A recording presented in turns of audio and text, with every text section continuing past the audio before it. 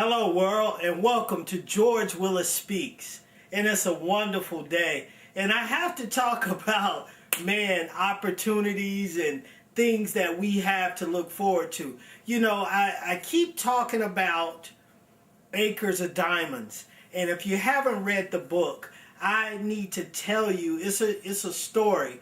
But I'll tell you a little bit about the story. Okay, there was this man who had this farm in Africa. And it's a true story. Okay, he owned a farm in Africa, and he was working the farm, and he wasn't making much money, and he was struggling to keep the farm afloat. Then Africa, they found out that it was full of resources. It was full of diamonds and minerals and stuff that could make you really rich. So he kept working his farm, and then one day he decided that he would sell the farm and he would go across the African continent and he would search for diamonds. And then he would become rich and he would live happily ever after, okay? So he sold the farm and he went out looking for diamonds. All right? So he searched for diamonds for a couple of years and could not find the diamonds. And he got frustrated. He kept looking and he was getting even more and more frustrated and depressed. And then one day he decided that he didn't want to do it anymore. He just gave up all hope of finding diamonds and his life pretty much. And he got so depressed he decided to commit suicide and he threw himself in a river and drowned. After that, the guy who had bought his farm was one day walking the farm because he was working the farm. And he crossed this stream that went through the farm, and he looked down and he saw something sparkling in the stream. And he picked it up, and it was just a colorful rock. It wasn't that pretty, but it was a pretty rock. He shined it up. He took it home. He put it on his mantle over his fireplace. A few days later, a visitor came over. This guy came over to visit him, okay? And the guy said, "What is that?" And the guy went over and picked up, and he said, "It's just something I found in the creek bed." And the guy fainted. And he was like, "Oh my God." He went down and started fanning the guy and got the guy up. He was like, "Man, what's wrong?" He was like, "Oh man, let me see that again." He said, "I can't believe it." And he grabbed it and he looked at it. And the guy was like, "What?" He said, "Do you know what this is?" And the guy said, "No, what is it?" He said, "It's a diamond in its rough state." Okay? He said, "This is one of the biggest diamonds that I've ever seen." He was like, "Really?" The guy was amazed. He said, and, you know, the guy was so petty, you know, and not excited about that too much because that wasn't what he was looking for. You know, he was happy with his farm. And he said, "Hey, but there's a lot more of those out there in the stream. They may not be as big as that one, but it's full of those little shiny rocks out there." So the guy went out there and looked, and it was diamonds all over the place. And that became one of the richest diamond mines in the history of Africa. Okay, what's the moral of the story? The guy sold the farm to go look for diamonds when he was standing on an acre of diamonds.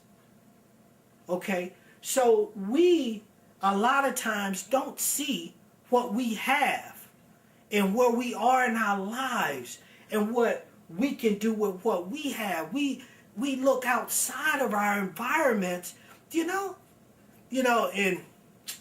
don't want to be gross or disrespectful in any kind of way, but I heard this guy say one time, if you got one foot in yesterday and another foot in tomorrow, then you're using the bathroom all over today.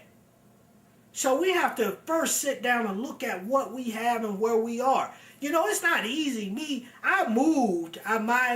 My business closed. I own Club Monies in Macon, Georgia. I was in the music business. I was real successful.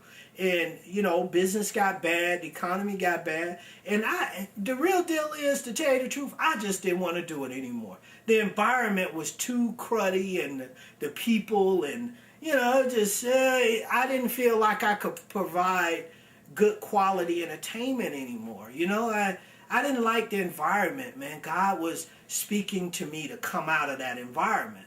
So I shut it down and I moved back to Atlanta. It's not as easy as it seems. I live with my dad. My dad's 74. His birthday was December 2nd. He was retired from the military, command sergeant major in the Army, and he's all of that. So it ain't always easy. But it ain't bad either.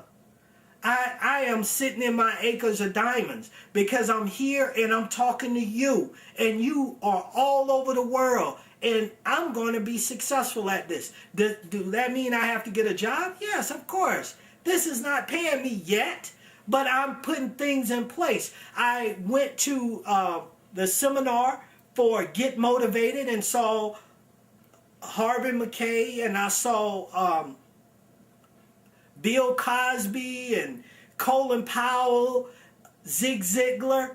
But one of the most important things I got from that, I signed up for an online internet class where you make money off the internet. So I'm going to have an online internet show.